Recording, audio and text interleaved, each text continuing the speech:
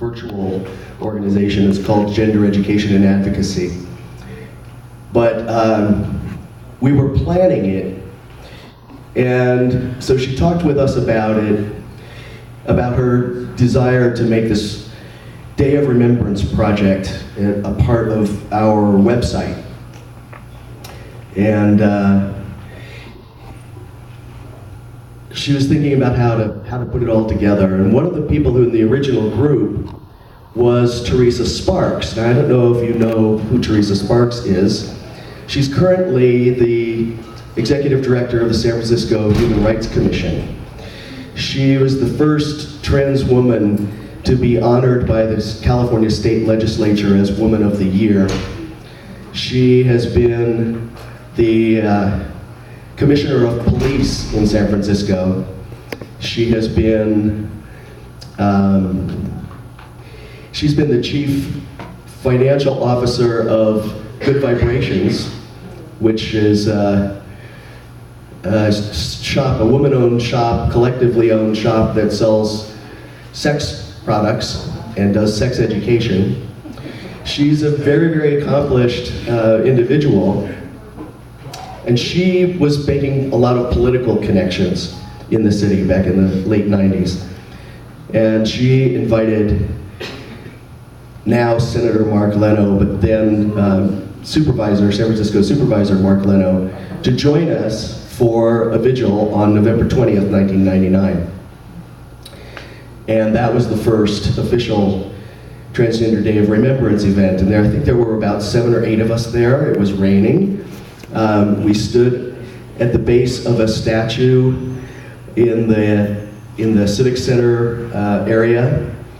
I don't even remember whose statue it was, but there we all were, and we tried to record it or film it, and it was dark and it was rainy and it was horrible, but we felt it was extremely important that we were out there doing it, even though there were only a few of us again. But we put it on the web, and it began to grow. And we got it institutionalized at the center in San Francisco. And it became, on some nights, a march from the Castro district to the center. And if it was really bad weather, we'd just meet at the center. And we would do a long program similar to what you're doing here. For Gwen, this has meant the world, because to see her idea of recognizing the fact that trans people are being murdered and no one cares, that trans people are being snuffed out and people laugh, to recognize how wrong this is crucial. It's part of the awakening of society to the fact that transgender people are human beings. And this is why I became an activist, because I couldn't bear to see, became an activist about 10 years before that, because I couldn't bear to see trans people being disregarded as human beings. I was moved, very, very moved by our first Day of Remembrance event, because it was an effort that was almost unnoticed. And yet it was so incredibly real. So I'm a writer, so I talk a little bit. I can talk a lot, actually, but I want to share with you some words that I've written. And usually when I write something, I like it to be just right. So I'm going to take the liberty of reading it to you so that I don't get it wrong. And I know that you've been listening to me cough in the back of the room, and I have to apologize for that.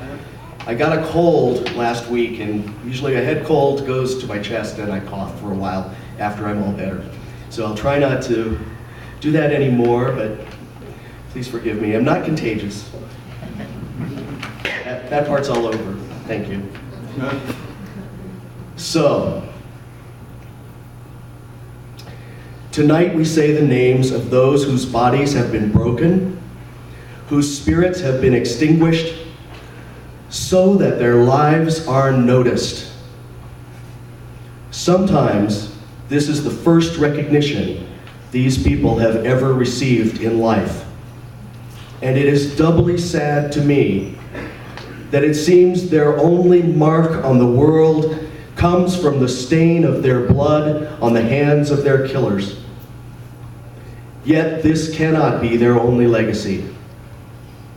These people have had families, friends, lovers at some time in their lives. They cannot have been alone from the moment of their birth, touching or impacting no one. They were human beings, gender variant human beings who struggled to find themselves and sometimes lost their way. We carry candles in the dark to symbolize their spirits, the fragility of the flame behaving much like all our lives, strong and bright in one instant, weighing nothing, yet possessing the force to burn and change whatever it contacts. Suddenly, in an instant, vanishing before we know it. We all live with this fragility. We all risk death just walking down the street. And whether more transgender people are dying because more of us are visible now, or whether more of us are dying because journalists or family members are less likely to deny or cover up the transgender identity of a victim so that more transgender murders are recorded, the fact is, transgender people are being killed just because someone doesn't like the clothes they wear, or the name they want to be called, or the incongruity between their body and their gender presentation. This harsh judgment that others feel powerful or righteous enough to inflict on those of us who are transgender is a judgment we do not deserve. We come here to remember. Remember what it feels like to die. Remember what it feels like to fear for your life. Some of us have felt that fear. No one should have to feel that fear. Imagine what it feels like to die at the hands of a stranger who doesn't like the way you look. Imagine what it feels like to die while others laugh. Imagine what it feels like to be so beaten down that you have no more will to live. Imagine what it feels like to be powerless. Imagine being an infant whose only crime was to be born with ambiguous genitals, a feature so embarrassing to your parents that they felt all they could do was feed you broken glass and smash your head until you died. Remember. Remember the good times. Remember feeling happy with your friends, making jokes over a meal, buying new clothes that made you feel good about yourself, caring for someone, loving, being loved. All the names that will be read tonight are symbols for people who had feelings of joy in their lives at some time, who tried the best they could to be themselves, to be who they were, to have some integrity in relation to themselves. They may have been poor, or they may have been comfortable. They may have been struggling with internal issues, or they may have been at peace with themselves. But they were all victims of prejudice and bigotry. The majority of those we remember tonight, those killed in the acts of being themselves, were trans women of color. And that says a lot about pressures of race and class, pressures that are ignored in much of the literature of gender. But anti-trans violence does not confine itself to mean streets. Anti-trans violence and prejudice cuts across class and racial lines, cuts through economic strata, cuts to the heart of the matter. Anti-trans violence is base and primitive, It is about fear of difference, fear of the unknown.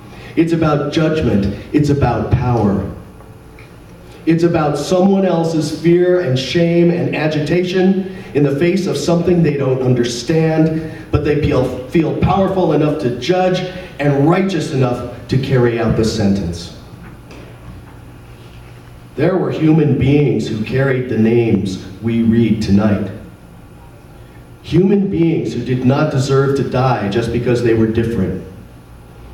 Human beings whose murderers often go unapprehended, unpunished.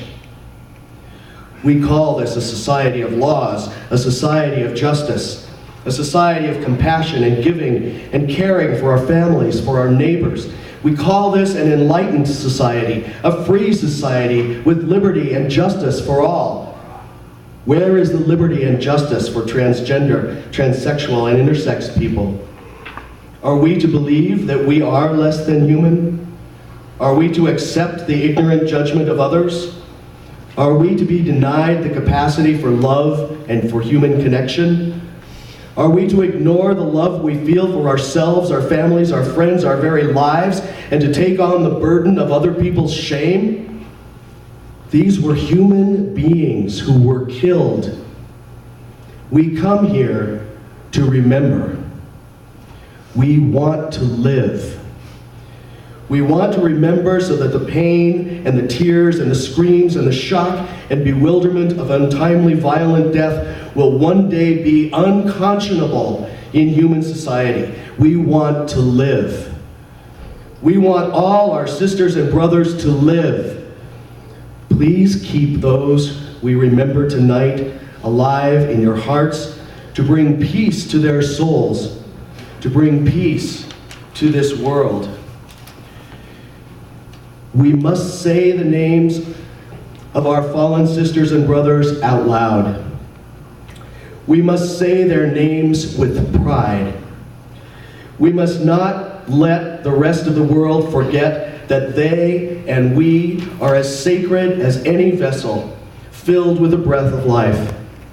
And when one of us is snuffed out, scores, hundreds more of us must rise up to take their place until one day thousands of people, maybe even all the people, will say it is wrong to take another's life, transgender or not, queer or not, different or not. And even after that day comes, we must still remember those who died, whose souls have guided us to this resistance, to this action, to this community that seeks its own dignity, its own manifestation of peace.